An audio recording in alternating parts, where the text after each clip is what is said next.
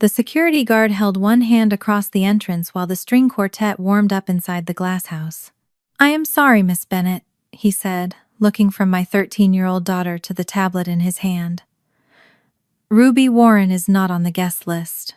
Behind him, sunlight flashed across hundreds of panes of old glass. Guests moved between white flowers and rows of polished chairs. My sister's wedding was supposed to begin in 40 minutes, and I was expected upstairs in the bridal room to fasten Cameron's dress and read the speech she had written for me. I looked at the guard again. "Ruby is the bride's niece. I know who she is." His voice softened. "I was given a photograph and specific instructions." Ruby's fingers tightened around mine.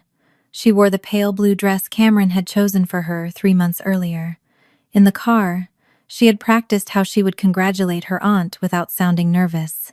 Now she stared at the open entrance, as if she could not understand how a place prepared for 200 people had no room for one child.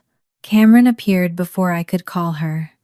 She came down the stone path in her wedding gown, followed by her coordinator, who kept glancing at the time. "What is this?" I asked. Cameron did not look at Ruby. "She knows what she did." Ruby swallowed. "I only told Phoebe she did not have to say something that was not true." Cameron's face changed for half a second. The bride disappeared, and I saw the 16-year-old girl I had once found sitting on our kitchen floor after our mother died, demanding to know who would choose her now. Then the polished smile returned. "Ruby made her choice," Cameron said. "She chose Phoebe's feelings over my wedding. Only real family members are allowed." 18 years earlier, I had left nursing school, worked mornings at a clinic, nights at a hotel, and weekends serving strangers at weddings, so Cameron would never have to wonder where she belonged.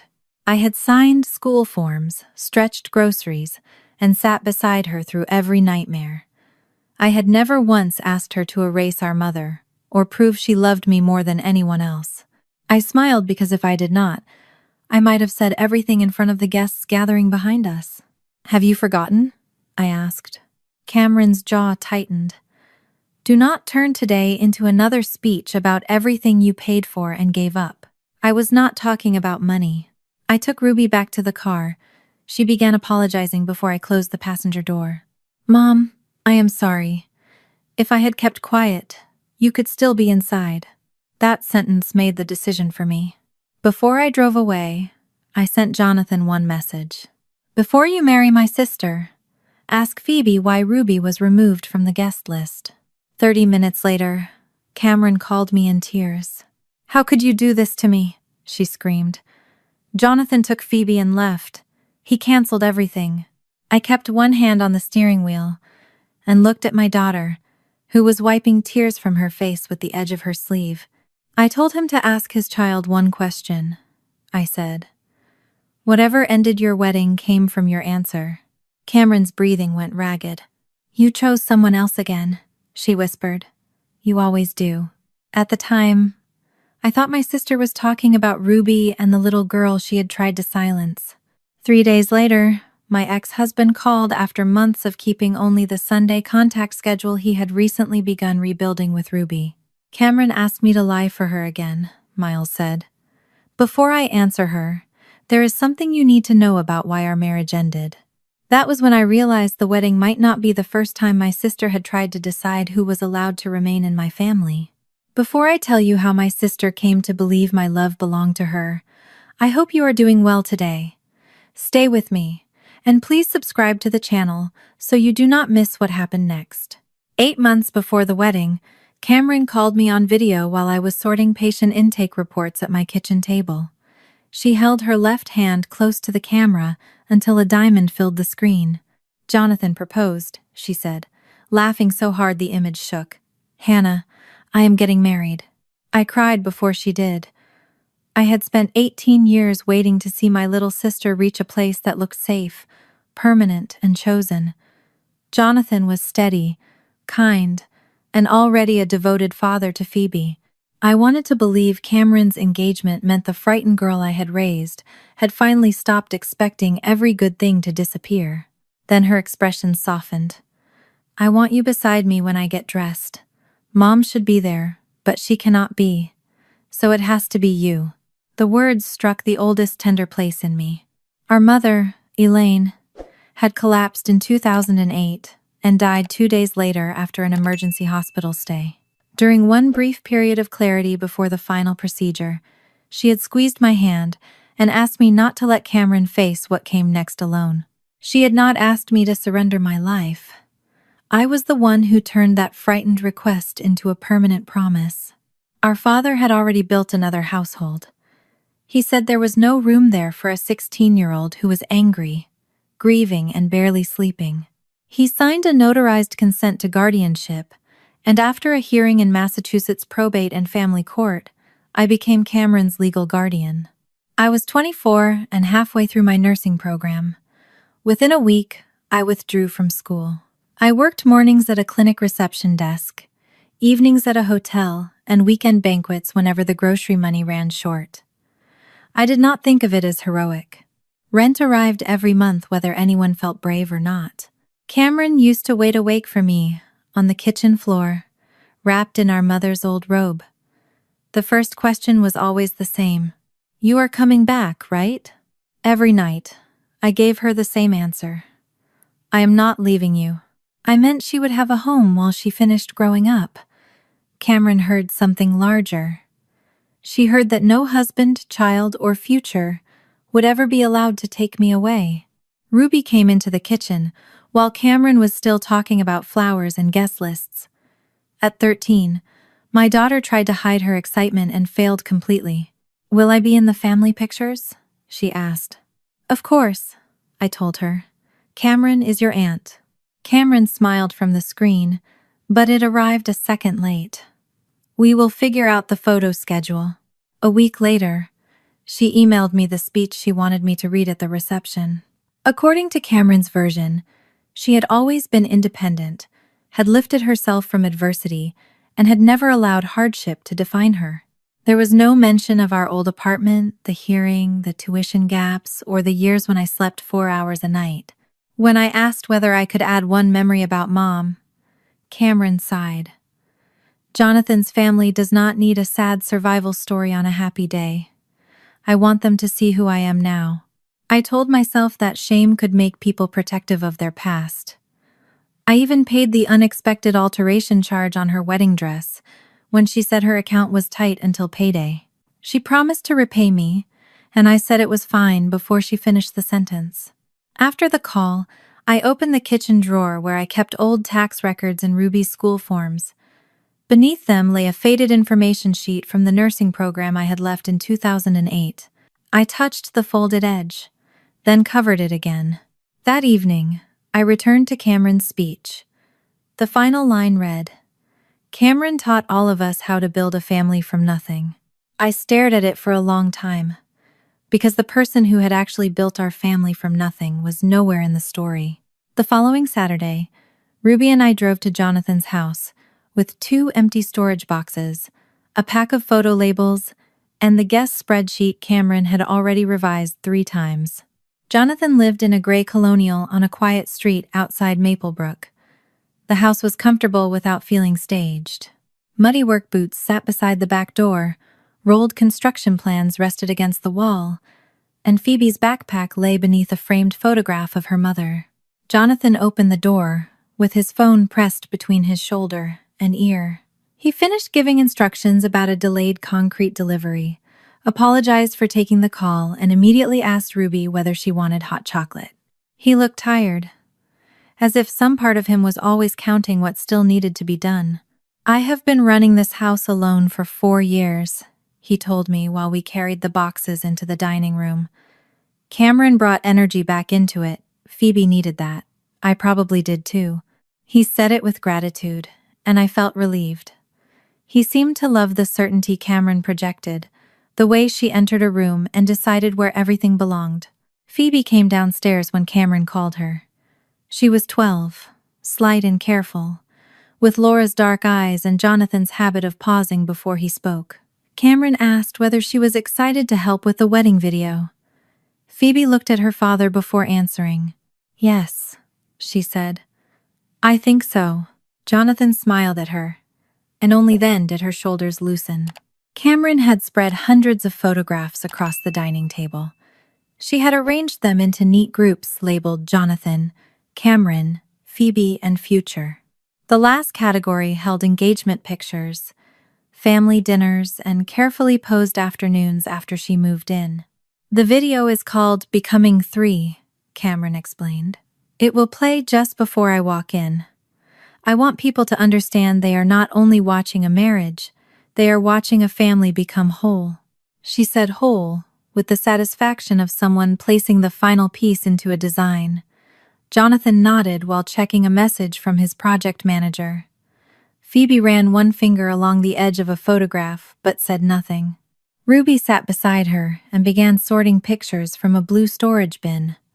The first few showed Phoebe as a toddler, then on a bicycle, then asleep against Laura's shoulder during what looked like a summer concert. In every photograph, Laura was smiling at her daughter rather than at the camera.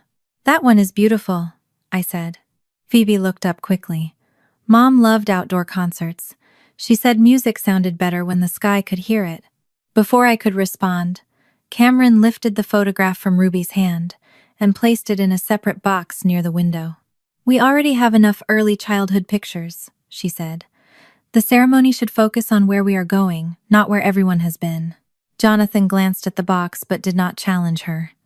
"Maybe one photograph of Laura should stay," he said. "For Phoebe." "Of course," Cameron replied. "I am not erasing anyone. I am only trying to keep the message hopeful." Phoebe lowered her eyes. Ruby watched her for a moment, then held up another picture of Laura standing beside an old record player. "What song did she like most?" Ruby asked. Phoebe's face changed. "Dream, a little dream of me." She sang it badly on purpose. Ruby laughed. "My mom sings every song badly without trying." "I heard that," I said. The two girls smiled, and within minutes they were talking quietly about music, school, and fathers who lived differently inside their lives. Ruby did not share every disappointment Miles had caused, but she told Phoebe that her father lived in another city and had missed enough visits that she no longer packed a bag until his car was actually outside. Phoebe said, "Sometimes adults promise things because they want to be the person who keeps the promise." Ruby nodded, as if the sentence made perfect sense to her. "Then the kid has to figure out whether the promise is real." Their calmness made the exchange hurt more. Cameron interrupted by asking me to review the transportation sheet. She wanted the shuttle from the hotel to leave 12 minutes earlier, wanted the elderly guests placed on the first vehicle, and wanted me stationed near the entrance with the final seating list. "You are the only person I trust to catch what everyone else misses," she said. It sounded like praise because Cameron had learned to wrap responsibility in affection. I opened the binder and saw the venue, catering and transportation contracts already signed by both Cameron and Jonathan. My name appeared only beside volunteer tasks and emergency contacts. I was not paying for the wedding or guaranteeing the vendors. I was simply doing what I had always done, making sure Cameron's life did not come apart at the edges. Jonathan sat across from me and studied the color-coded schedule. "Was she always like this?" he asked. "Needing every minute decided in advance?" Cameron was close enough to hear, but she kept sorting photographs. I smiled. "She had very little stability when she was young. Planning helps her feel safe." Jonathan nodded, accepting the explanation because I had given it the authority of an older sister. I saw Cameron's shoulders relax. That was one of the ways I protected her. I translated control into fear, cruelty into stress, and entitlement into an old wound. I had done it for so long that the translation came before the truth. A little later, Jonathan's sister called to ask what she should tell relatives about my role in the ceremony. I said I was Cameron's older sister and worked in patient intake at the community health center. Cameron looked up immediately. "Just say healthcare," she told me after the call ended. "Patient intake sounds administrative." "It is administrative. You supervise the department. You make it sound like you sit at a folding table answering phones." I almost reminded her that answering clinic phones had once paid for her winter coat. Instead, I said. Healthcare is fine. Cameron smiled as if we had solved a problem together. Near the bottom of the last box, Ruby found Cameron's high school graduation photograph. Cameron stood in a borrowed white dress with one arm around me. Behind us, the brick wall of our old apartment building showed a rusted fire escape and an air conditioner held in place with a strip of silver tape. Ruby grinned. Mom, you look exactly the same. I absolutely do not. Cameron took the photograph and turned it over. The background is ugly. Use the graduation portrait from school instead. That one has both of us, I said. The video is not about the apartment. Her voice remained pleasant, but the room felt smaller. Jonathan's family does not need every difficult detail. People are allowed to move forward. I told myself she was protecting the woman she had become. It was easier to believe she was ashamed of poverty than ashamed of me. By late afternoon, Jonathan left for dinner, and Ruby carried boxes to the garage. Phoebe began stacking the photographs of Laura back into the blue bin. Cameron watched until the last picture disappeared beneath the lid. Then she took a cream envelope from her bag and handed it to Phoebe. Her name was written across the front in careful gold letters. Beneath it, in smaller print, were the words, "Becoming 3. This is your part of the video," Cameron said. "Practice it alone first. Your dad has enough to worry about, so we do not need to make him nervous before you are ready." Phoebe held the envelope with both hands. "Can I change anything if it does not sound like me?" Cameron touched her shoulder. "Read it a few times before deciding that. Sometimes the right words feel unfamiliar because we have not grown into them yet."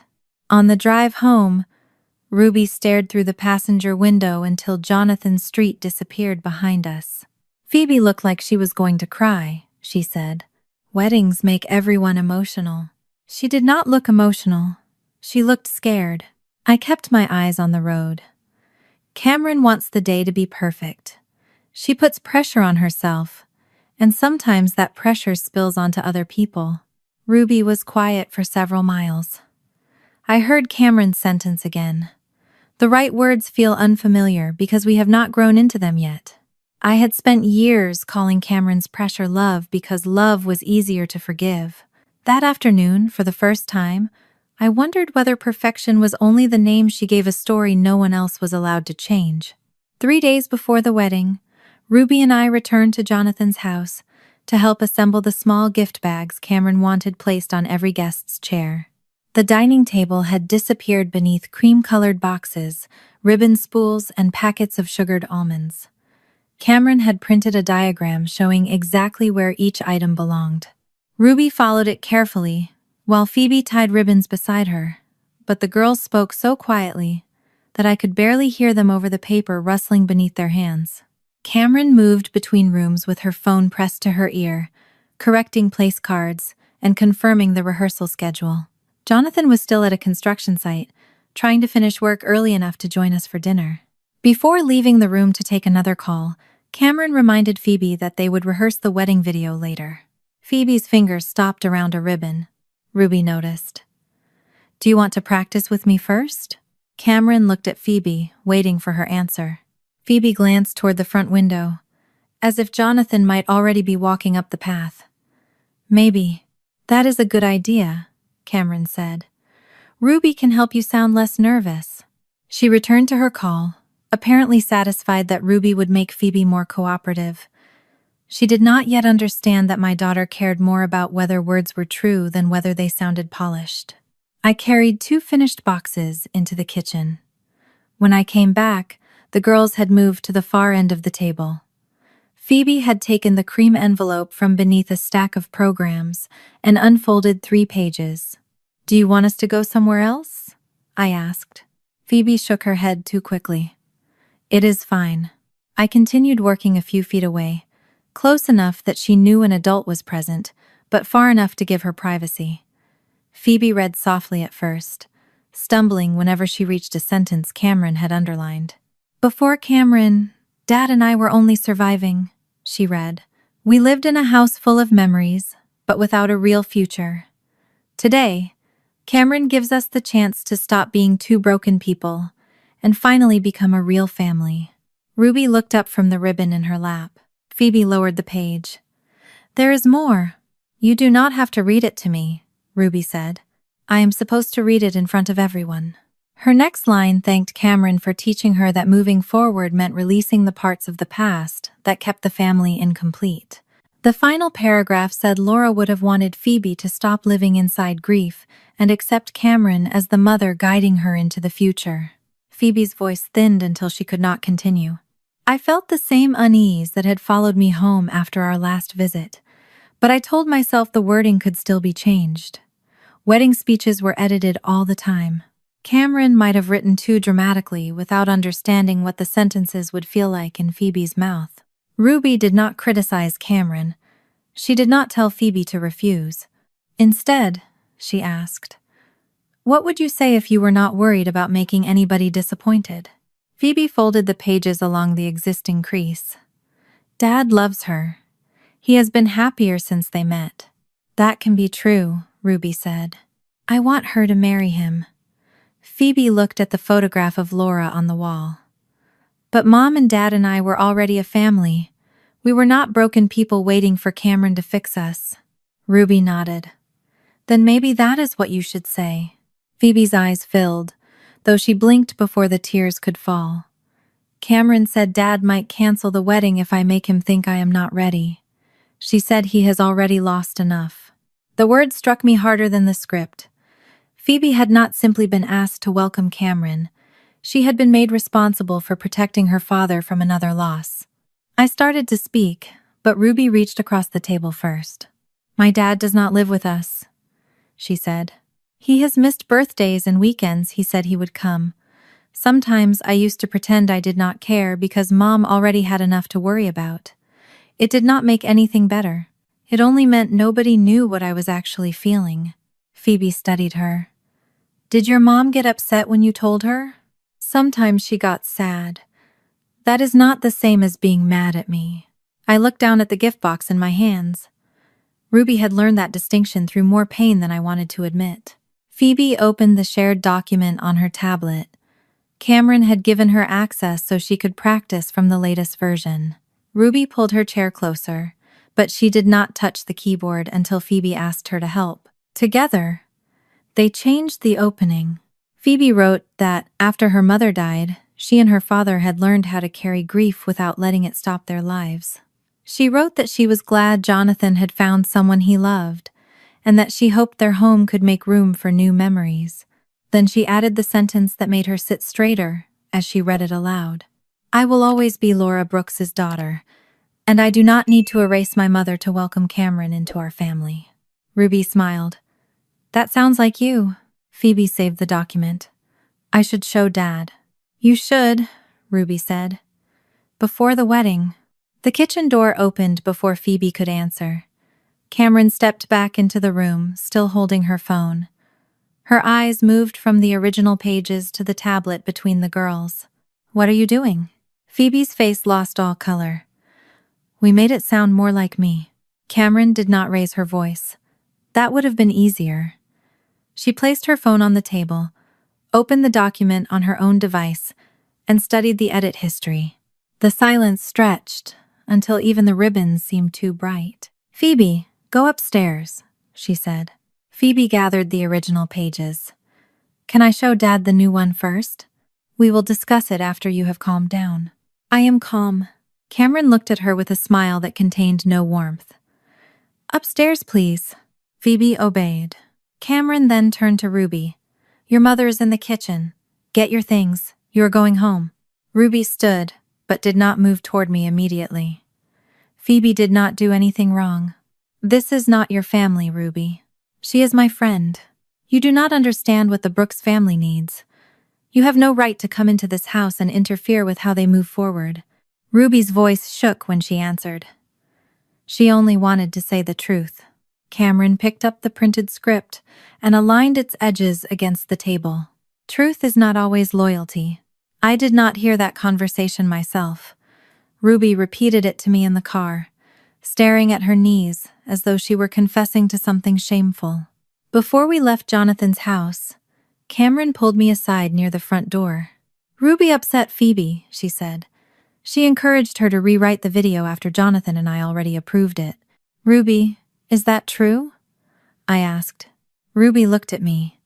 Phoebe asked me to help. Cameron folded her arms. She planted the idea that Phoebe should be ashamed of welcoming me. I did not say that. Then apologize for crossing a boundary. Ruby's mouth tightened. I should have asked to see both versions. I should have asked Phoebe what she wanted. Instead, I saw the wedding 3 days away and reached for the quickest path back to peace. If you overstepped, apologize, I told Ruby. I am sorry I changed the document without asking you, she said to Cameron. Cameron accepted the apology without offering one of her own. On the drive home, Ruby told me the exact words Cameron had used. Truth is not always loyalty. I gripped the steering wheel and said Cameron was under pressure. Even as I defended her, the explanation sounded weaker than it had before. That night, Ruby sent Phoebe a message asking whether she had shown Jonathan the new script. No answer came. Jonathan had agreed that the children would place their phones in a labeled basket during an hour of rehearsal so everyone could concentrate.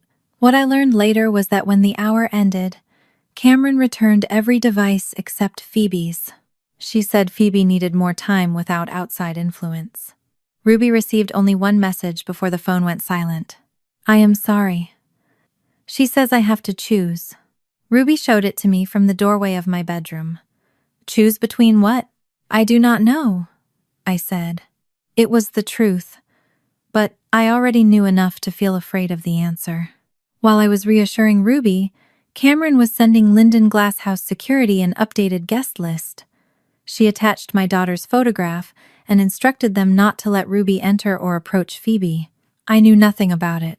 Cameron still texted me that evening, reminding me to arrive early so I could help fasten her dress and read the reception speech she had written for me. On the morning of the wedding, Ruby stood in my bedroom while I adjusted the straps of her pale blue dress. She looked at herself in the mirror, but did not smile. Mom, can a kid ruin a wedding just because she will not say what an adult wants her to say? No, I told her. A child telling the truth cannot ruin a healthy marriage. A few hours later, Cameron would force me to prove whether I actually believed that. Linden Glasshouse stood at the edge of an old apple orchard, its iron frame rising through the October trees like the skeleton of a cathedral. Sunlight poured through hundreds of glass panes and broke across the white flowers lining the entrance. Inside, the string quartet was testing the same 4 notes again and again while guests moved toward rows of polished wooden chairs. Ruby and I arrived 45 minutes before the ceremony.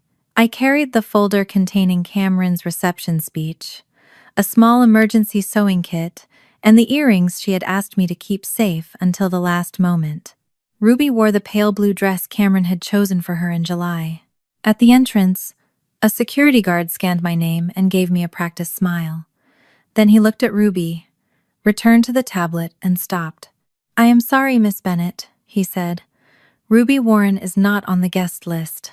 I thought it was another mistake in Cameron's endless revisions. She is 13. She is attending with me. The guard turned the screen slightly, though not enough for me to read the names. You are cleared to enter. She is not.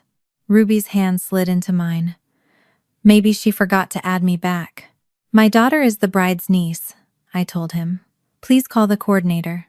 His expression changed from professional distance to discomfort. I know who she is. I was given a photograph and specific instructions not to let her enter or approach Phoebe Brooks. He opened a file on the tablet.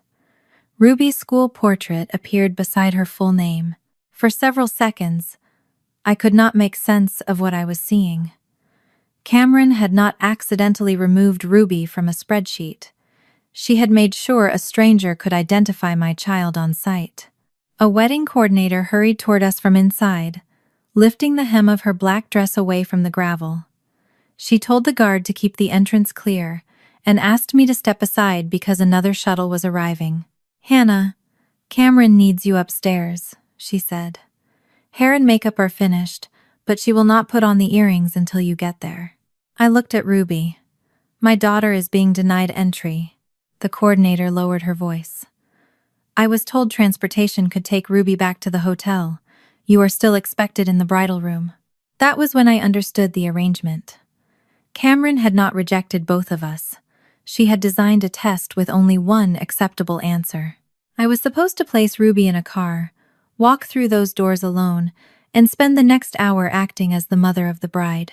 I was supposed to fasten Cameron's dress, place our mother's earrings in her ears, and read a speech about the family she claimed to have built from nothing. Ruby stared at the ground. Mom, you can go in. I can wait somewhere. The fact that she offered made my stomach turn. Before I could answer, Cameron appeared at the end of the stone path. Her gown was fitted through the waist and fell into a long ivory train that her coordinator gathered in both hands. Guests slowed as she approached, smiling at first because they assumed they were witnessing a tender family moment. Cameron stopped several feet from Ruby. What is this? I asked. She knows what she did.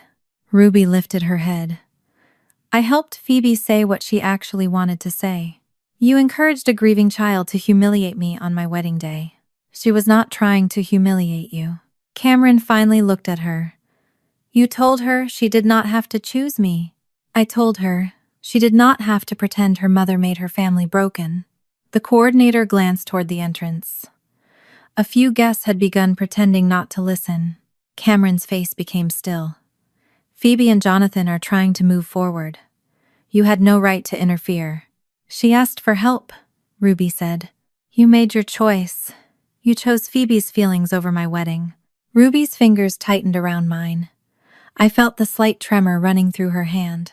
Cameron turned to me as if my daughter had already ceased to be part of the conversation. The ceremony starts soon. The car can take her back to the hotel, and you can come upstairs. You expect me to leave her? I expect you to remember whose day this is. She is your niece. Only real family members are allowed. The words seemed to silence everything around me. The quartet was still playing inside, and car doors were still closing behind us, but the sounds reached me as if they were coming through water. I saw Cameron at 16, sitting on the kitchen floor in our mother's robe. I remembered her asking whether our father had left because she was too difficult to love. I remembered promising that she would never have to earn her place with me. I had never asked her to stop loving our mother. I had never required her to reject our father before I signed the guardianship papers. I had never told her that my sacrifices gave me ownership of every feeling she would have afterward. I smiled because anger would have given Cameron a scene she could use against Ruby. Have you forgotten? I asked. Her eyes narrowed. She knew I was not asking whether she remembered one particular event. I was asking whether she remembered the terror of being left outside a family someone else had chosen. Do not do this here, she said. Do not turn my wedding into another speech about everything you paid for and everything you gave up. I was not talking about money. Cameron's expression hardened because she understood that answer too. I gave the earrings to the coordinator. Then I placed the speech folder on top of them. Hannah, Cameron said, lowering her voice. If you walk away now, do not blame me for what happens between us. I looked at Ruby, who was trying not to cry in front of the guard. No, I said. Whatever happens next belongs to the person who created this choice. I took my daughter back to the parking lot. Ruby began apologizing before I had even closed her door. Mom, I am sorry. If I had not changed Phoebe's speech, you could still be inside with Cameron. I sat behind the steering wheel, but did not start the car. The dashboard clock read 10:17. You did not remove your name from that list. But she only did it because of me. She did it because you refused to help her frighten another child into silence. Ruby wiped her face with her sleeve. You raised her. She is almost like your daughter. The words opened the guilt Cameron had relied on for 18 years. I had taught Ruby to be considerate, but somewhere along the way, she had also learned that keeping peace meant absorbing pain quietly. She had watched me excuse Cameron so often that she believed a child should accept humiliation rather than force me to choose. I took out my phone. Are you calling Aunt Cameron? Ruby asked. No, I opened Jonathan's contact and typed one sentence. Before you marry my sister, ask Phoebe why Ruby was removed from the guest list. I read it twice. I did not tell him what Phoebe had said. I did not accuse Cameron of anything. I did not ask him to cancel the ceremony. I only told a father to ask his daughter a question. I sent the message at 10:18. For the first 10 minutes, nothing happened. Ruby sat with both hands folded in her lap, while guests continued walking past our parked car. At 10:29, the quartet stopped playing. At 10:35, two members of the wedding party hurried from the glass house toward the side building where the family rooms were located. My phone remained silent. At 10:42, the coordinator came outside, carrying the earrings and speech folder I had given her. She spoke briefly with the venue manager, then returned inside without looking toward our car. Ruby whispered, "Did I ruin it? You told Phoebe she was allowed to tell the truth. Everything after that is an adult decision." I wanted the sentence to sound certain for her sake. Inside, I was still fighting the old instinct to run back and fix whatever Cameron had broken. At 10:48, exactly 30 minutes after I sent the message, my phone rang. Cameron's name filled the screen. I answered without putting it on speaker. "How could you do this to me?" she screamed. Her voice cracked beneath the anger. "Jonathan took Phoebe and left. He canceled everything." Ruby turned toward the window, but I saw her shoulders fold inward. "I told him to ask his daughter one question," I said. "Whatever ended your wedding came from your answer. You had no right to interfere. You removed my child from your wedding because she helped another child speak. She is 13. She does not understand what families need. She understood that Phoebe was afraid." Cameron's breathing became ragged. Behind her, I could hear doors opening, people asking questions, and someone telling her the guests had to be informed that the ceremony would not begin. Then her voice dropped. "You chose someone else again," she whispered. "You always do." The accusation did not sound like it belonged to that morning. It sounded old, worn smooth by years of use inside her mind. Before I could ask who she believed I had chosen before, Cameron ended the call. A message from Jonathan arrived less than a minute later. "Thank you for telling me to ask. Phoebe is safe. There will be no wedding today." I read the sentence twice and stopped on the word ask. Cameron had not been most afraid that someone would oppose her. She had been afraid that Phoebe would be given the right to answer. By 7 the next morning, I had 38 unread messages. Some came from relatives I had not heard from in years. Others came from Cameron's coworkers, women from the bridal party, and guests whose names I barely recognized. The wording changed, but the story underneath remained the same. I had grown jealous of Cameron's happiness. Ruby had interfered with Phoebe because she wanted attention. I had used a childish disagreement to turn Jonathan against his bride. One message claimed I had threatened to withdraw financial support, even though I had never been responsible for the wedding contracts. Cameron had found the version that protected her. I saved screenshots but did not answer. A public argument would have forced Ruby to watch adults debate whether she deserved to be humiliated. My daughter had already spent the night asking questions no 13-year-old should have needed to ask. She came into the kitchen wearing the same sweatshirt she had slept in and sat across from me without touching her cereal. If I apologized to Aunt Cameron, could Jonathan still marry her?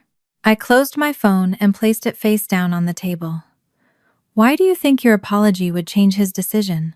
"Because I helped Phoebe change the script. If I had stayed out of it, none of this would have happened. The wedding did not stop because you moved words around in a document. It stopped because Jonathan asked his daughter what those words were doing to her." Ruby pushed one cereal piece through the milk with her spoon. "But if I tell Cameron I was wrong, maybe she can explain everything. A child's apology cannot repair an adult's choice." Jonathan decided what he believed was safe for Phoebe. Cameron decided how she would respond when he questioned her. Those decisions belonged to them. Ruby looked toward the hallway, where her pale blue dress still hung over the back of a chair. "She said I was not real family." "I know. You raised her like she was your daughter. The ache behind my ribs returned. That does not give her permission to hurt mine. Ruby finally lifted the spoon, though she did not eat. Are you sorry you chose me? I reached across the table and covered her hand. There was never a choice between you and Cameron. She created one because she wanted to know whether I would leave you outside for her. I am sorry she put you there. I am not sorry I took you home. My phone rang before Ruby could answer. Jonathan's name appeared on the screen. I stepped into the living room but left the door open, so Ruby would know I was not hiding anything from her. Jonathan sounded as though he had not slept. He told me he and Phoebe were staying with his sister for a few days, while Cameron made arrangements to leave the house. Phoebe is all right, he said. Shaken, but she is with people she trusts. What happened after my message? He was quiet for a moment, choosing what he could tell me without turning his daughter's pain into another family story. He had found Phoebe in the small room beside the bridal suite. Cameron had told everyone she needed time alone because she was nervous about the video. When Jonathan asked why Ruby had been removed from the guest list, Phoebe first said she did not want to ruin his wedding. That answer frightened him more than any accusation could have. He asked to see the script. Phoebe showed him the printed version Cameron had written and the version she and Ruby had edited. Jonathan read both before asking which one Phoebe wanted to say. She pointed to the version she wrote with Ruby, he told me. Then she said Cameron warned her that I might cancel the wedding if I thought she was not ready for a new family. Jonathan asked whether Cameron had told her to keep the disagreement secret. Phoebe admitted Cameron said he had already lost enough and should not be burdened with another problem. I should have noticed, Jonathan said. Every time Phoebe tried to tell me she was uncomfortable, I called it normal adjustment. I wanted the wedding to mean we were moving forward, so I let Cameron define what moving forward looked like. He brought the 2 documents to Cameron and told her the ceremony had to be postponed until they understood what had happened. Cameron blamed Ruby immediately. She said my daughter had filled Phoebe's head with grief, resentment, and ideas she was too young to understand. Jonathan asked one question. Why did Phoebe have to call the years with her mother incomplete? Cameron said the video was symbolic. She said Laura would always matter, but a new marriage could not survive if everyone kept treating a dead woman's memory as sacred. Jonathan told her Phoebe was not asking him to remain frozen in grief. She was asking not to have her childhood rewritten in front of 200 people. That was when Cameron lost control. I cannot marry you while a woman who has been dead for 4 years still decides how everyone in this house is allowed to feel, she said. I will not spend the rest of my life competing with Laura. Jonathan understood then that the argument had never been about a wedding video. Cameron did not merely want a place in their future. She wanted authority over their past. He canceled the ceremony before the guests were seated. He did not make an announcement himself. The venue manager informed everyone that the wedding would not proceed due to a private family matter. Jonathan took Phoebe to his sister's house. He told Cameron that the engagement was over and that she needed to arrange another place to live. Cameron's name was not on the deed, but she had lived there long enough that Jonathan knew he could not simply change the locks. His attorney had already helped him prepare written notice, giving her a reasonable period to remove her belongings.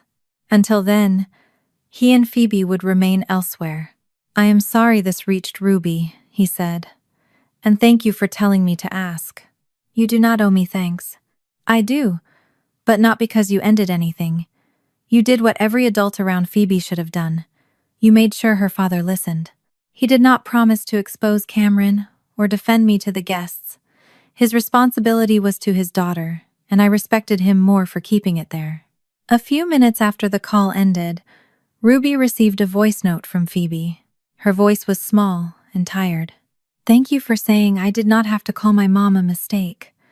Dad says we were already a family. He says nobody gets to take that away. Ruby listened twice. On the second time, she cried quietly, but the guilt in her face had begun to loosen. Cameron's messages continued through the afternoon. Jonathan had panicked. Phoebe was confused. Ruby had encouraged disobedience. I had turned 2 emotional children into judges of an adult relationship. Then Cameron sent a message that made me stop.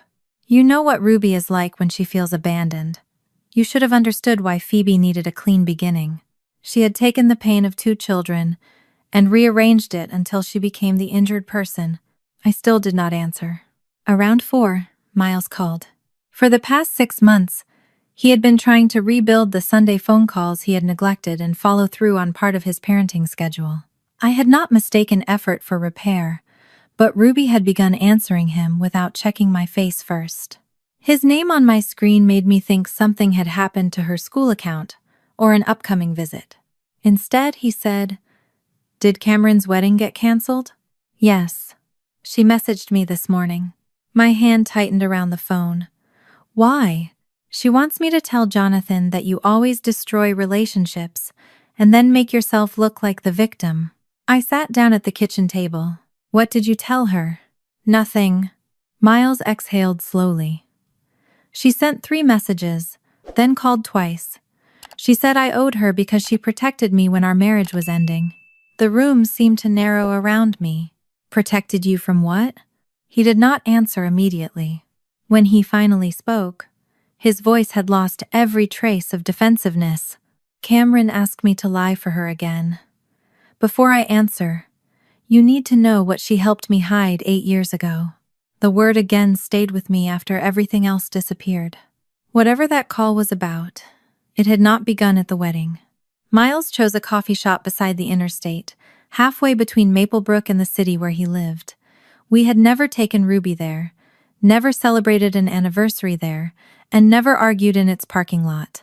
It was a place without a family memory attached to it, which made it easier to sit across from the man who had once been my husband. Ruby was at school.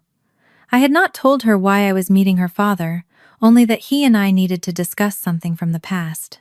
Whatever Miles revealed, I wanted time to understand it before deciding what belonged in our daughter's life. He was already seated when I arrived. A paper cup sat untouched between his hands. He looked older than he had during our last custody review, though perhaps guilt simply made me notice the gray around his temples. Before I sat down, he said, "Nothing Cameron did makes me innocent." I pulled out the chair. "I cheated on you," he continued. "I lied because telling the truth would have cost me the life I was trying to keep and the life I was trying to start. I let you question yourself because it was easier than admitting what I had done." I had imagined apologies from Miles for years.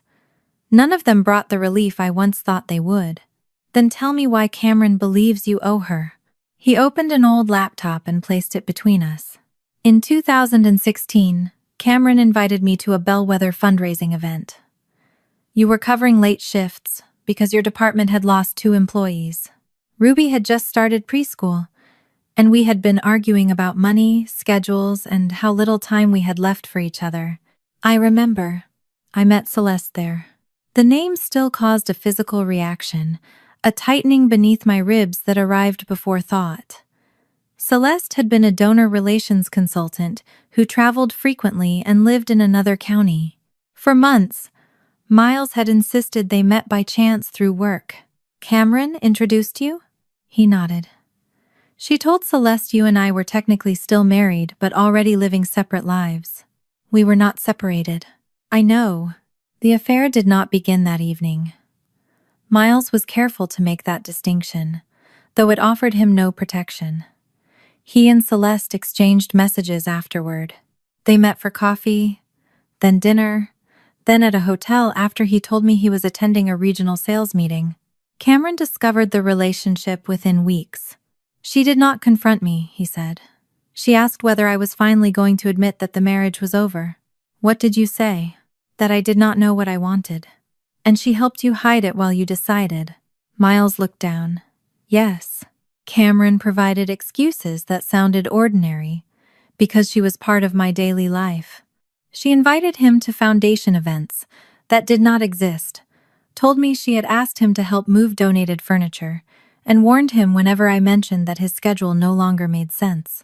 "She knew when you were getting suspicious," he said, "sometimes before you asked me anything." I remembered calling Cameron from the clinic parking lot because Miles had missed dinner again. She had told me not to become the kind of wife who tracked every hour of her husband's day. I had apologized to Miles that night for distrusting him. What did she tell you about me? Miles rubbed both palms across the paper cup. That you had chosen Ruby and work. That you did not need a husband anymore, only someone to cover the bills and show up in family pictures. My anger was not sudden. It moved through me slowly, touching old conversations and changing their meaning.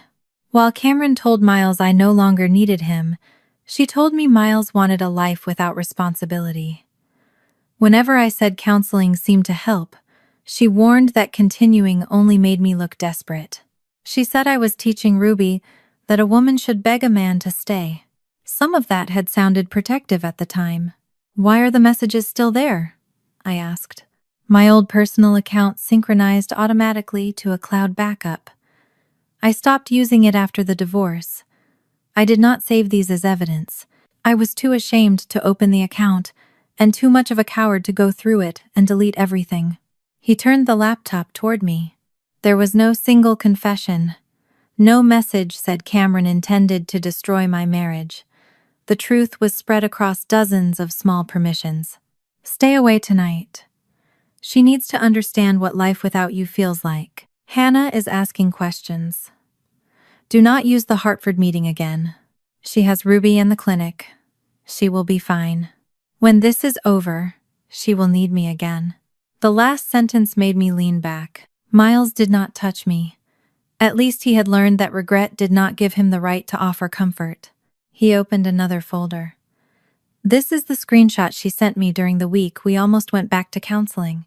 I remembered that week. Miles had slept in the guest room for months, but after 3 sessions we had discussed trying again. I told Cameron I could not continue living in uncertainty. If Miles and I were going to stay married, we had to return to counseling and tell the truth. The message I sent her had read, I cannot keep doing this unless we return to counseling. The screenshot Cameron forwarded to Miles contained only the first 6 words. I cannot keep doing this. Beneath it, Cameron had written, She has made her decision. Stop forcing her to say it twice. You could have asked me, I said. I should have. You still had my phone number. We still shared a house. We had a counselor. I know. But you accepted the version that gave you permission to keep seeing Celeste. Yes. He did not call himself manipulated. He did not ask me to distribute the blame more generously. Cameron had handed him a convenient lie, and he had chosen it because the truth would have required courage. I scrolled farther through the account. Several details returned with painful clarity. Cameron had known the name of the hotel where Miles stayed before I told anyone.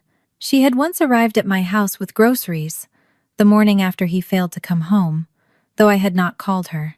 When I asked how she knew something was wrong, she said sisters could feel those things. I had believed her. Why tell me now? I asked. Because yesterday she asked me to repeat the same story. She wanted me to tell Jonathan that you destroy relationships when people stop choosing you. A bitter laugh escaped me. She said that about me? She said Jonathan needed to know you had done this before. Miles closed his eyes briefly. I realized she was asking me to use our worst lie to protect a new one. He apologized without asking for forgiveness.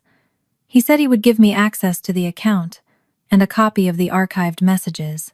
He also agreed that if I ever decided Ruby should know any part of this, we would tell her in language that did not make her responsible for our marriage.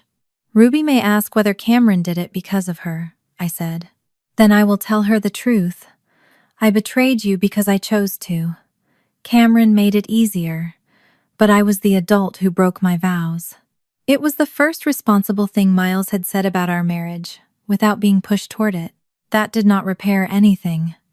It only placed one piece of the wreckage where it belonged. Before leaving, I opened the final email in the chain. Cameron had sent it to Miles during the week we nearly returned to counseling. You and Ruby get all of her. I get whatever is left. I read the sentence again, remembering all the times Cameron had said she was protecting me from a husband who did not deserve me. She had not wanted me free. She had wanted me returned. That night, After Ruby went to bed, I opened the archive Miles had shared with me and placed my own phone beside the laptop. I was not looking for another secret. I already knew enough to understand what Cameron had done. I wanted to see how many times the truth had passed directly in front of me wearing a name I had chosen not to question. Stress, grief, fear of abandonment, sisterly concern. For years, I had used those words to translate Cameron's behavior into something easier to forgive. The emails gave me dates. My old messages supplied everything around them. On my 7th wedding anniversary, Miles and I had reservations at a small restaurant in Boston. 2 hours before we were supposed to leave, Cameron called from a pharmacy parking lot and said she could not breathe. I canceled dinner, drove 40 minutes to find her, and sat beside her until midnight. By then, she was calm enough to ask whether Miles had been angry that I chose her. I had told her he understood. The truth was that he had stopped waiting and eaten alone. On Ruby's first day of kindergarten, Cameron arrived at our house crying because her landlord had raised the rent. Instead of taking Ruby for the breakfast I had promised, I spent the morning reviewing Cameron's lease and transferring enough money to cover the increase. Ruby had stood in the hallway wearing a new backpack while I told her we would celebrate after school. I never noticed how often Cameron's emergencies arrived on days that did not belong to her. There had been a weekend when Miles and I planned to leave Ruby with his mother and drive to the coast. Cameron called the night before because a coworker had criticized her during a meeting. She said she could not face being alone. I invited her to stay at our house and canceled the trip. At the time, each crisis had seemed separate. Together, they formed a pattern. Whenever my life began to pull me towards someone else, Cameron created a reason for me to turn back. I opened a message from the week after Ruby was born. Cameron had come to the hospital with balloons and held her niece for almost an hour. She smiled in every photograph. That evening, after Miles took Ruby to the nursery so I could sleep, Cameron sat beside my bed and whispered, "I do not know where I fit in your life anymore." I had been exhausted, sore, and overwhelmed by the fear that I would fail my own child. Still, I reached for Cameron. "You will always have a place," I told her. She began crying, and I apologized. I had apologized to my adult sister because my daughter had been born. Once I saw that moment clearly, others followed. Every time Cameron felt displaced, I responded by giving her more. More time, more money, more explanations, more proof that she still mattered. The time had not appeared from nowhere. I had taken it from my marriage, from Ruby, and from myself. Near midnight, Ruby came into the living room, carrying a glass of water. She stopped when she saw the laptop. "Is that about Aunt Cameron?" I closed the screen halfway. "Some of it." "Did Dad tell you something bad?" I asked her to sit beside me. There was no version of the truth that would remain completely outside Ruby's life. Cameron had already pulled her into the conflict, and Miles had been part of our daughter's history from the beginning. But Ruby did not need every email, hotel name, or lie. "Your aunt had a hard time when my life began including people she could not control," I said. "She was afraid there would not be enough love left for her." Ruby stared into her water. "Because of Dad?" "Because of Dad, my work, and later, because of you. But being afraid does not excuse what she did. Adults are responsible for how they handle their fear." "Did she help Dad leave?" "Your father chose to cheat and lie. Cameron knew and helped him hide some things. She also told each of us different versions of what the other person wanted." Ruby's face tightened. "Was it because I was born?" "No." She looked up. I made sure she could see there was no hesitation in me. "You did not cause any adult's choice. You were a child. Your father was responsible for being faithful. Cameron was responsible for telling the truth. I was responsible for protecting you. None of that belonged to you. But she thought you chose me. I was supposed to choose you. I am your mother." Ruby leaned against the couch. "Does she hate me?" "I do not know whether Cameron would call it hate. I know she treated you as if your place in my life took something from her. That was wrong." My phone rang before Ruby could ask another question. Jonathan apologized for calling late. He said Phoebe was asleep at his sister's house and had finally eaten a full meal. Then he told me something Cameron had said during their relationship. She talked about Ruby more than I realized, he said. She said you stopped knowing how to put family first after becoming a mother. I almost laughed at the contradiction. Ruby is my family. That is what I thought she meant. I assumed Cameron was complaining about normal distance between adult sisters. She made it sound as though Ruby had become an excuse for you to avoid her. Jonathan had never heard Cameron say she hated my daughter. He had heard something more socially acceptable, that motherhood had changed me, that I had become unavailable, that I no longer understood loyalty. The same accusation had been following me for 13 years. The next afternoon, Cameron called. Jonathan's attorney had delivered written notice, requiring her to remove her belongings within the permitted period. Cameron spoke as though the notice itself proved he was cruel. He expects me to find an apartment while I am dealing with canceled vendors, and everyone asking what happened. You have time to arrange somewhere. Nothing near Bellwether is remotely comparable to Jonathan's house. The only places available either have no parking, terrible kitchens, or a commute that will destroy my entire day. Cameron earned enough to rent a modest apartment. What she could not afford was the same space, neighborhood, and comfort Jonathan had provided, without reducing the lifestyle she wanted to display. I opened my mouth to say she could stay with us. The offer had formed before I consciously decided anything. It was the old route through every Cameron crisis. She lost something, I created space. She overspent, I covered the difference. She made a choice. I softened the consequence. Ruby was doing homework at the dining table. She could not hear Cameron's words, but she recognized the tone of the call. Without interrupting me, she gathered her textbooks, laptop charger, and pencils. Then she carried them toward her bedroom. "What are you doing?" I asked. Ruby stopped. "If Aunt Cameron comes here, she will probably need the table during the day." She had not protested. She had not reminded me what Cameron had done. She had simply begun making herself smaller before I had even issued the invitation. That hurt more than an argument would have. I returned to the call. "You cannot stay here." Cameron went silent. "What?" "I can send you listings for short-term rentals. I can give you the number of the moving service the clinic uses. I am not paying for either one, and you are not moving into my house." "You are seriously leaving me without a home?" "You have an income, notice, and options. You do not have the house you wanted. That is not the same as having nowhere to go." Her voice sharpened. "This is revenge." "No. Revenge would be trying to make you lose more. I am refusing to replace what your actions cost you. You have been cold ever since Ruby was born." There it was again. Not since the wedding. Not since I discovered the emails. Since Ruby was born. I looked toward my daughter, still standing in the hallway with her books pressed against her chest. "You are going to answer me about what happened with Miles," I said. "You are also going to answer for removing Ruby and pressuring Phoebe.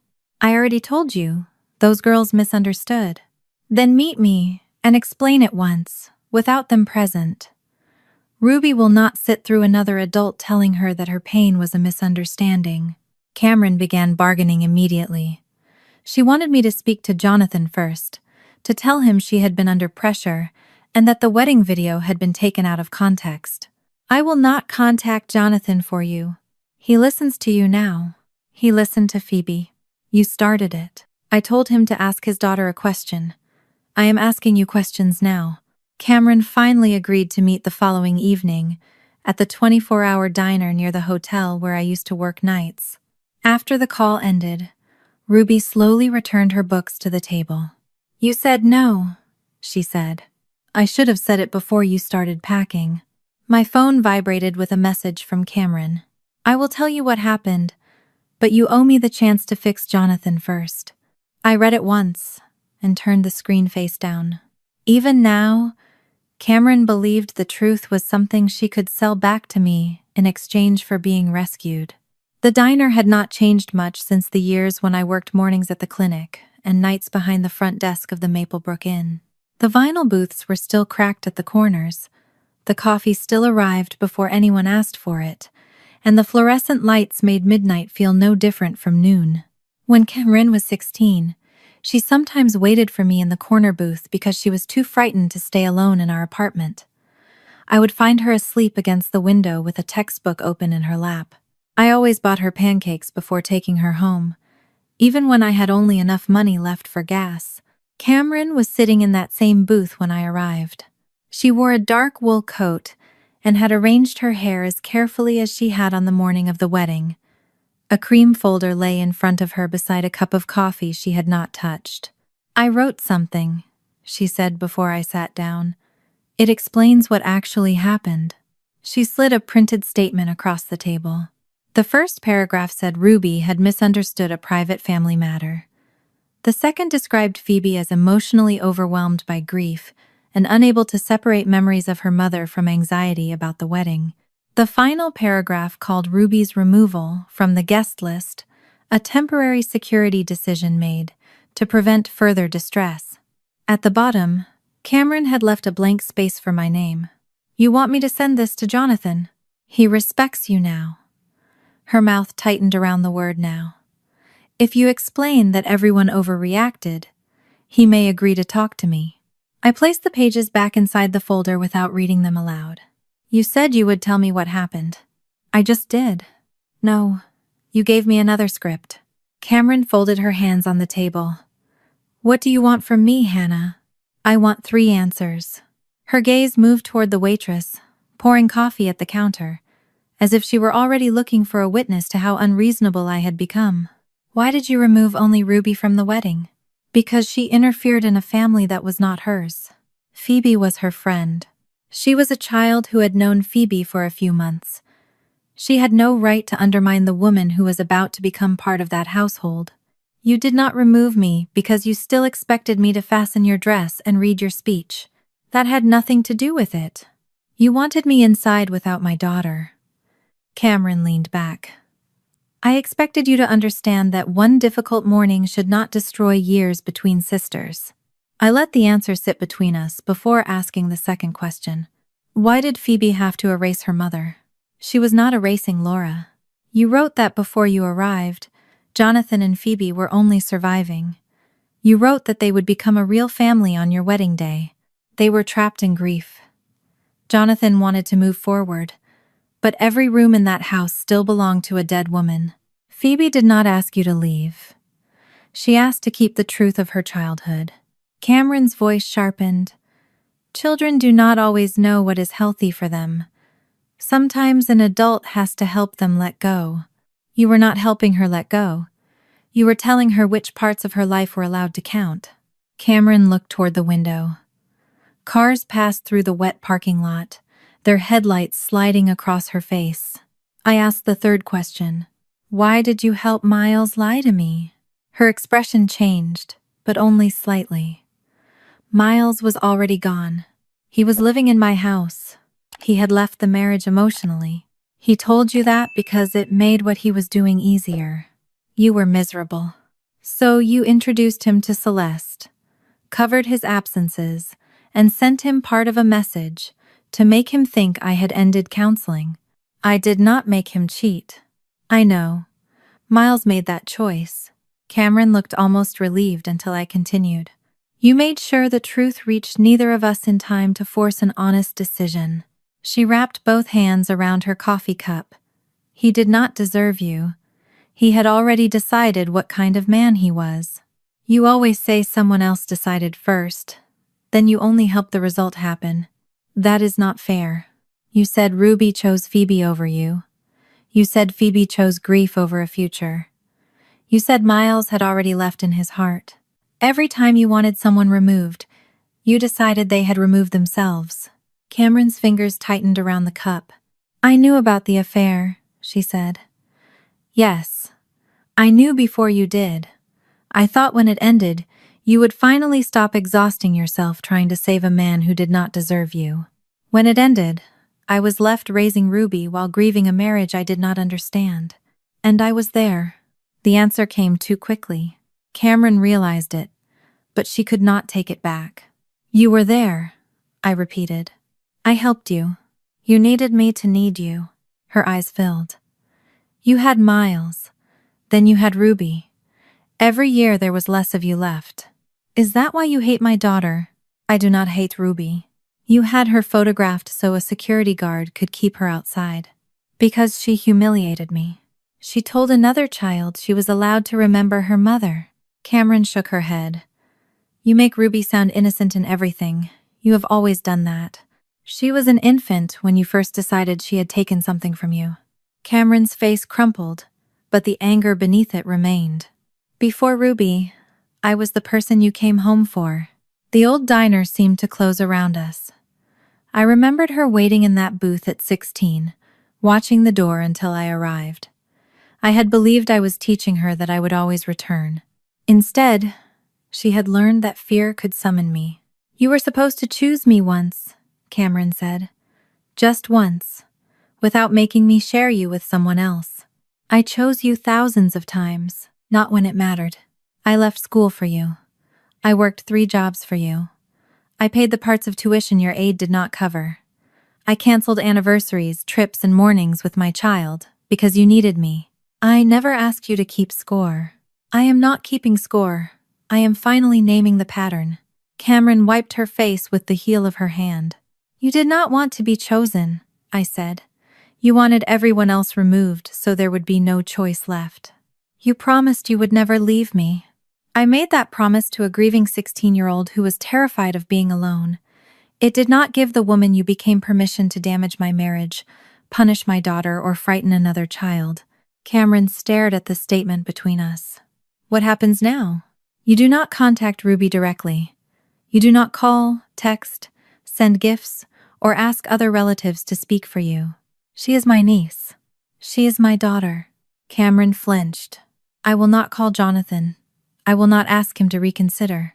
You cannot live with us, and I will not pay for your apartment, moving expenses, canceled vendors, or any other cost created by your choices. I already lost the house and the wedding. Jonathan ended the engagement. He has also made it clear that you will not have private contact with Phoebe. Those are his boundaries. Mine concern Ruby and me. What about the contracts? You and Jonathan signed them. The vendors will divide the cancellation charges according to those agreements. You will pay the part assigned to you. Cameron looked stunned, as if contracts had always been things that became someone else's problem once they hurt. You are abandoning me when I have nothing. You have a job, an income, written notice, and time to find housing. You do not have the life you expected. That is not the same as having nothing. She pushed the folder toward me again. Send this one statement. Help me correct what everyone thinks, and then I will find a therapist. No.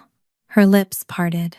If you begin therapy, it must be because you intend to tell the truth, not because you expect treatment to become another receipt you can exchange for access to us.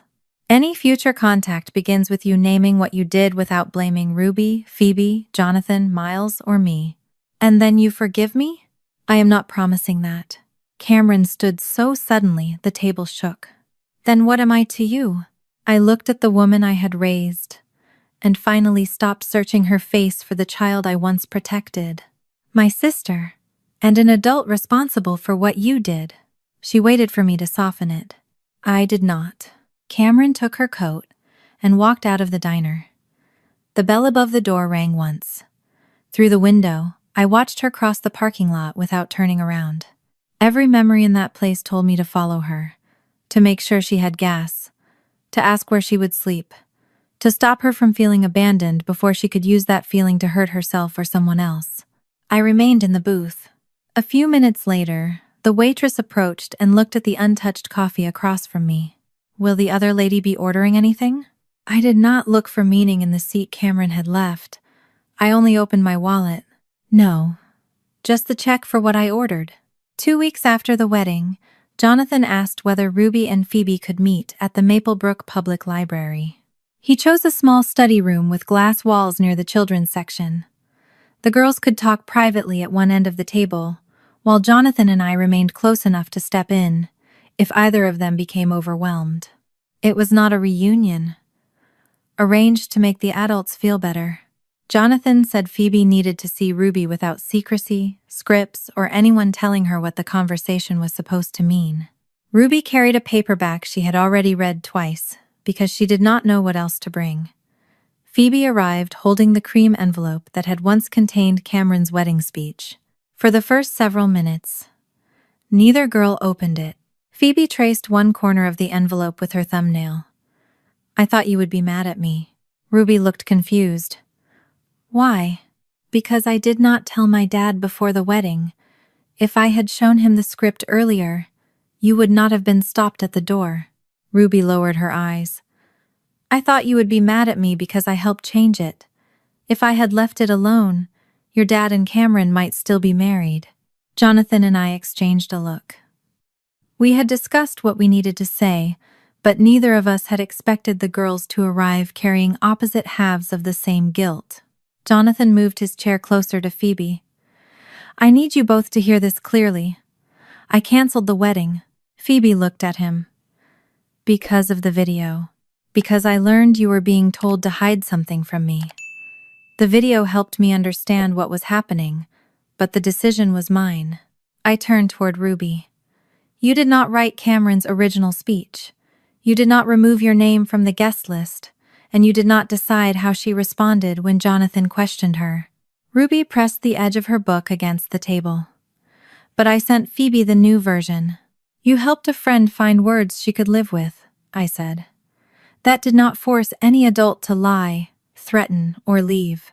Phoebe opened the envelope and removed the pages. The original speech was still covered with Cameron's neat markings. Beside it was the version she and Ruby had written together. "I kept thinking I should have just read the first one," she said. "It was only a few minutes. Then everyone could have had the wedding." Jonathan's face tightened. "You should never have to call your life with your mother broken, so adults can have a comfortable ceremony." Phoebe looked down at Laura's name on the revised page. Ruby leaned toward her. "You do not have to pretend your mom did not count." Phoebe gave a small nod. "And you did not ruin anything by coming with your mom." The sentences were simple, but both girls seemed to breathe differently afterward. They spent the next half hour talking about school, music, and whether the library cafe made decent hot chocolate. Jonathan and I did not turn their friendship into proof that everything was healed. They were still children who had been placed in an adult conflict, and feeling better for one afternoon did not erase what had happened. Before we left, Phoebe tore the original speech in half. She did not make a performance of it. She placed the pieces inside the envelope and handed it to her father. "I do not want this in my room anymore." Jonathan took it without telling her what the gesture meant. That afternoon, Miles met Ruby at a bakery near our house. I sat at a nearby table, close enough for Ruby to look toward me if she needed to, but the apology belonged to him. Miles did not begin by promising that everything would be different. "I missed calls, weekends, and things I said I would attend," he told her. "I made you wonder whether I would show up, and that was my fault." Ruby kept both hands around her cup. "Mom said Aunt Cameron helped you lie." "She did. But she did not make me betray your mother. I chose the easiest and most cowardly thing because the truth would have forced me to face what I was doing." "Was I the reason you wanted to leave?" "No." His answer came without delay. "You were never responsible for our marriage. You were a child then, and you are still not responsible for fixing what I broke." Ruby studied his face. "Are you going to start calling every day now?" Miles shook his head. "I do not want to make a big promise so I can feel like a better father for 5 minutes. I want to start with Sundays and the 2 visits already on the calendar. Then you can decide whether my actions are becoming reliable." Ruby looked at me before answering. I did not nod or tell her what to say. "Okay," she said. "But I am not packing until you are actually on the way." That is fair. It was not forgiveness. It was a boundary Miles had finally agreed not to treat as punishment. When we returned home, a message from Cameron was waiting on my phone. "I started therapy today. I told her about Ruby, Phoebe, Miles, and the wedding without saying they made me do anything. I know one appointment does not change what I did. There was no request for money, housing, or access to Ruby. She did not ask me to praise her for attending one session. I read the message twice and left it unanswered. My silence was not revenge. Cameron had spent years expecting my reaction before I had time to understand my own feelings. For once, I allowed myself to think without managing what my answer might do to her. Ruby had gone to her room to finish homework. I opened the kitchen drawer where I kept old tax records, school forms, and the nursing program information sheet I had carried from one apartment to another for 18 years. The paper had softened along every fold. I called the community college before I could invent another reason to wait. The woman in the registrar's office found my name in the archived system. She explained that some general education credits might still transfer, but the nursing program required recent science coursework. My anatomy and physiology credits were more than 10 years old, so I would need to take the first course again before applying. For a moment, the requirement felt like proof that I had waited too long. Then she told me about an 8-week late start class, beginning in April 2027. It met 2 evenings a week, and the laboratory section began after my regular clinic shift. "I can request your old transcript today," she said. "Once it is reviewed, we can confirm whether you are eligible to register." I looked at the work calendar hanging beside the refrigerator. My first instinct was to list everyone who might need me during those hours. Cameron might call, Ruby might need help, the clinic might be short-staffed, Miles might fail to arrive. Then I remembered Ruby carrying her books away from the dining table, because she assumed Cameron would need more space. "I would like to request the transcript," I said.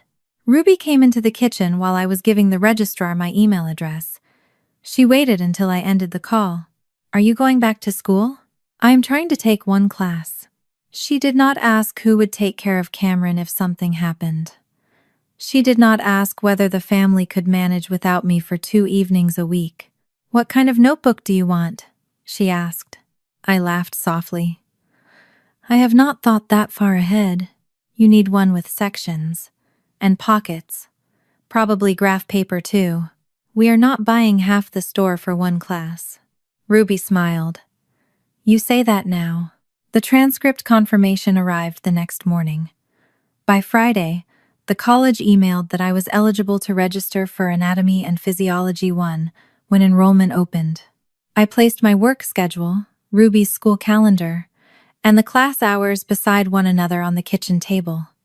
Nothing fit perfectly. I would need to adjust one clinic shift, prepare dinners ahead, and ask for help when I needed it. For most of my adult life, every plan had begun with the same question: who might need me? This time, I allowed a different question to remain on the page. Who did I still want to become? 6 months after Cameron's wedding was canceled, I sat in my car outside Maplebrook Community College with an anatomy textbook on the passenger seat and my hands around the steering wheel. The April evening was cold enough to fog the edges of the windshield. Students crossed the parking lot carrying backpacks and coffee, with the ease of people who had not spent 18 years wondering whether they had missed their chance. My class began in 12 minutes.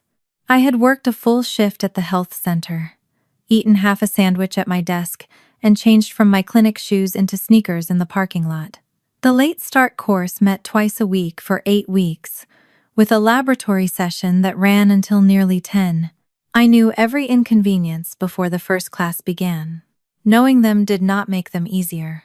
My supervisor had approved one adjusted shift each week, but I still had to arrive early on another day to cover the hours.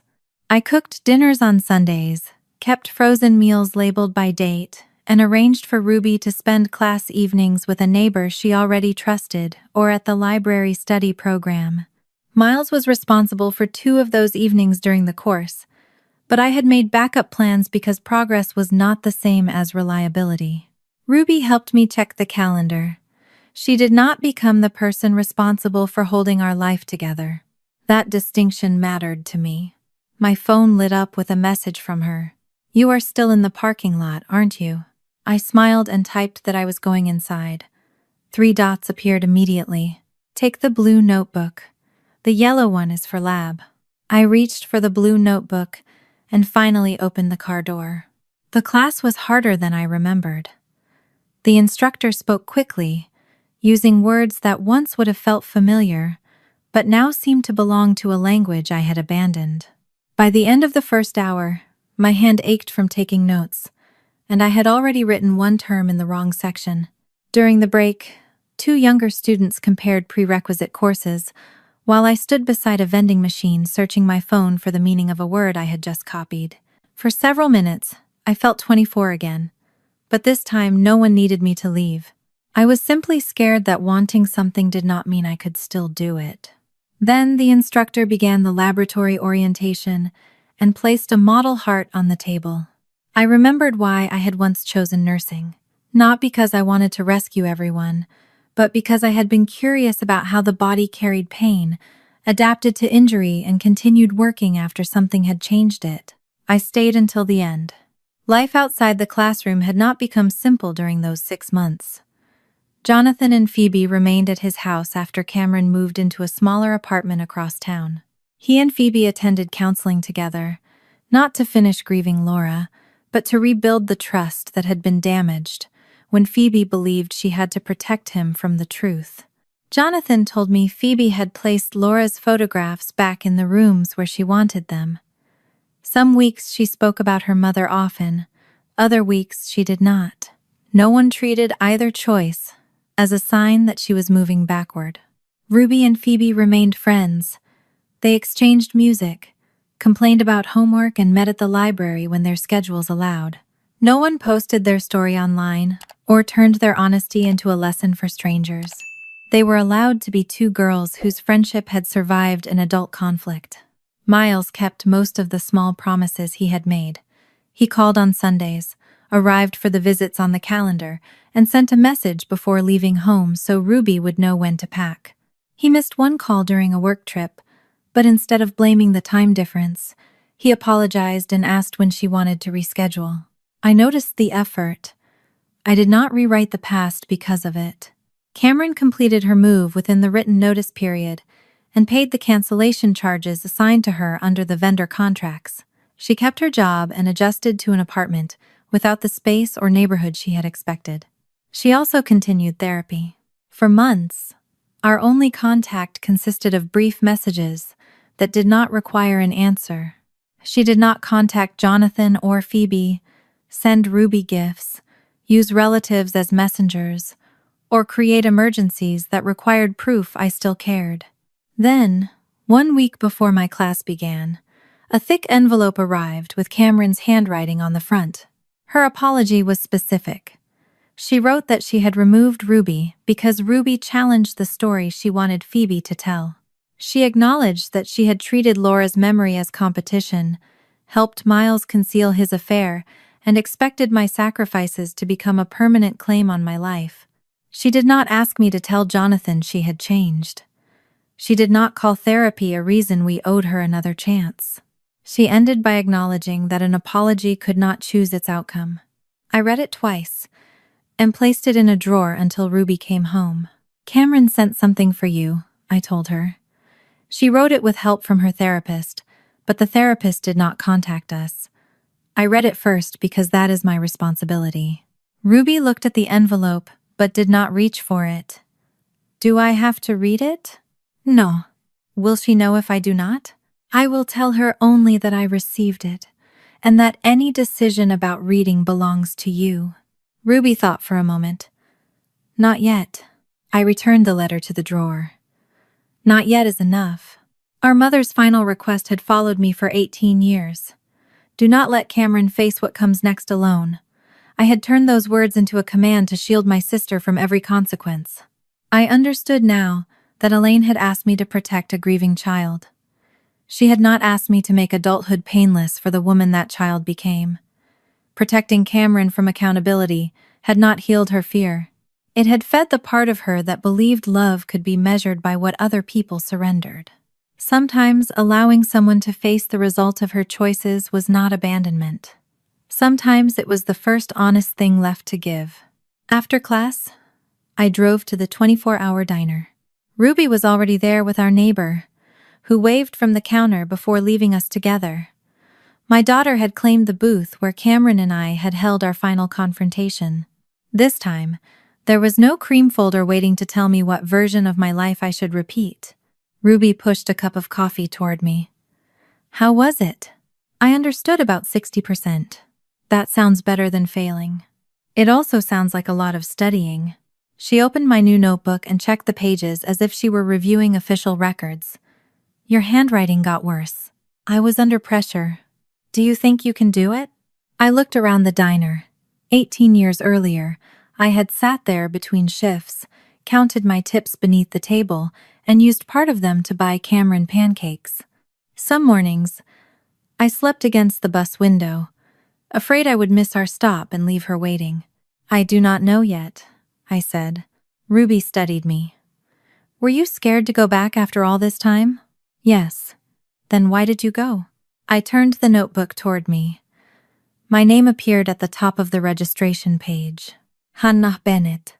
Not guardian, not emergency contact, not the person responsible for fixing whatever happened next. Just the name of a student beginning again. Because fear does not get to decide my schedule anymore. Ruby smiled and pushed the notebook fully across the table. Your turn, Mom. She opened the dessert menu while I wrote the date of my first exam on the next clean page. I used to believe family meant the people you were never allowed to leave behind. Now I knew a safe family was one where no child and no woman had to abandon herself to prove she loved someone else. Ruby debated between pie and chocolate cake, while I checked the class calendar and marked 2 study nights. We did not celebrate Cameron's smaller apartment, Jonathan's canceled wedding, or the years Miles had lost. We planned a future that was no longer being written by someone else's fear.